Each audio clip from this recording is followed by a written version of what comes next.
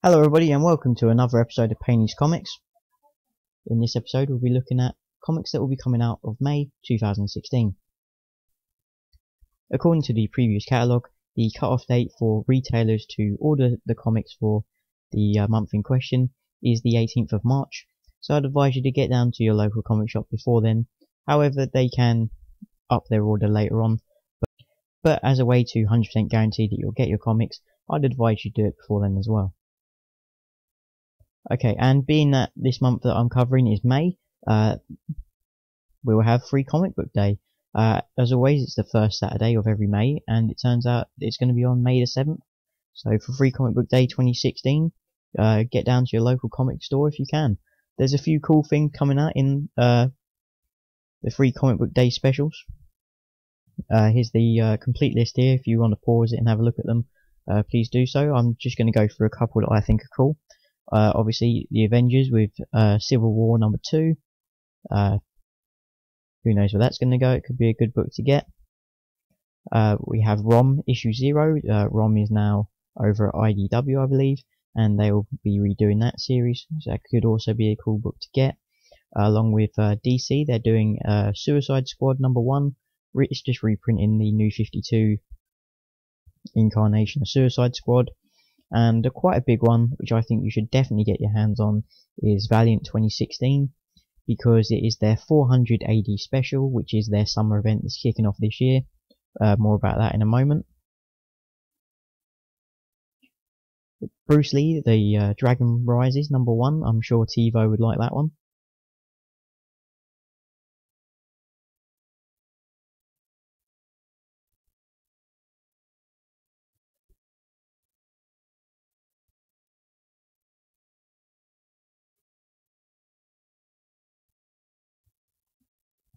And down at the bottom here, We Can Never Go Home, Young Terrorist Free Comic Book Day version. Apparently it's a brand new story for both issues, obviously published by Black Mask. You guys know I love Black Mask, so that's something in there that you should pick up if you are into the Black Mask comics as I am.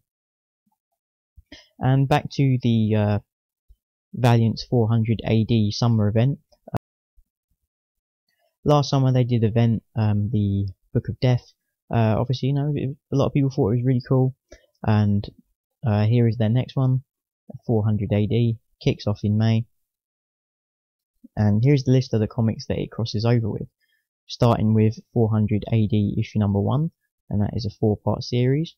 Then 401 AD XO Man O' War #1, and there will be one for Bloodshot in June and one for Shadow Man in July, and an unknown one in August. And then also for this month, as part of the crossover, Rye 13. So Rye 13, 14, 15 and 16 will be part of this event. I personally will be picking up all of these issues. The art to me looks pretty good.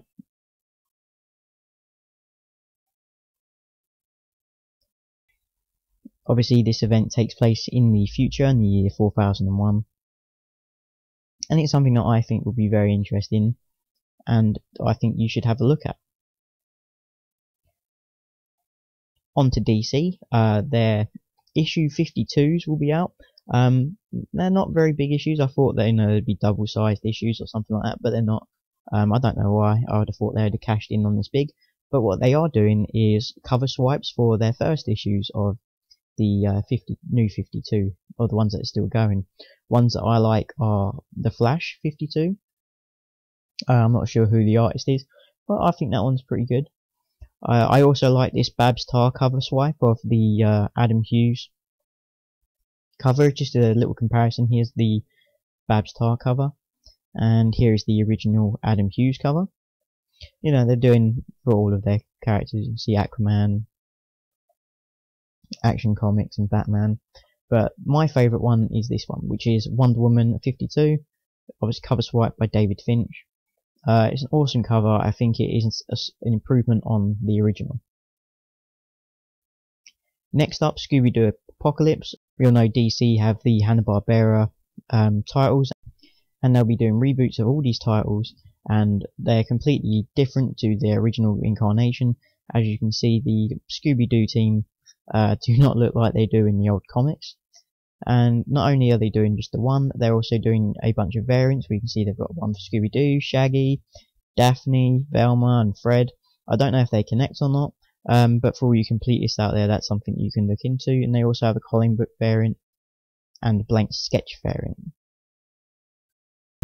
Okay, and moving on to Marvel, we see the cover of Invincible Iron Man number 9, and as you can see there, that is Mary Jane putting on the Iron Man costume. I don't know where this is going, but I think it's really interesting, and it could lead to other things, maybe her own series. That's, just me speculating, but you never know. Because you never know where the Marvel Spider-Man movies will go. Could be something very interesting. Again, with a continuation from the Free Comic Book Day, Civil War 2 issue 0 comes out in the month of May. The Wednesday after Free Comic Book Day. I personally am not sure where this series is going to go, but it could be interesting, something you should look into.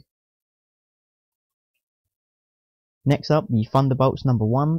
This appears to be a completely different team than the old Thunderbolts. And this is something that they could use for the cinematic universe. We all know the actor that plays Bucky Barnes has a long movie contract with the Marvel, so seeing him in different movies like a Thunderbolt series could be something I can see happening. There is also a really cool variant done by Bagley, which is a cover swipe of the original Thunderbolts issue number 1. I don't know what that is, but it's definitely some sort of incentive variant. Whether it's 1 in 25 or 50 or whatever, I'm not quite sure. Next up, Deadpool 12. As you can see from this little blurb here, Deadpool 2099 returns, plus Who is Zenpool 2099? I hope they fight. They do. And it, just like the cover of Deadpool number 7, it's on the old 2099 styled covers. And the issue number 7 blew up very quickly. I didn't get a copy straight away. I have ordered some since, but it was very hard to get hold of after it came out. So that'll be something that I think could be interesting to look into. Next up, you can see this beautiful Alex Ross cover here. All the Alex Ross covers for all new, all different Avengers have been really good. And several of the other titles that he's been working on. This one, you can see it's got the new Wasp on the cover.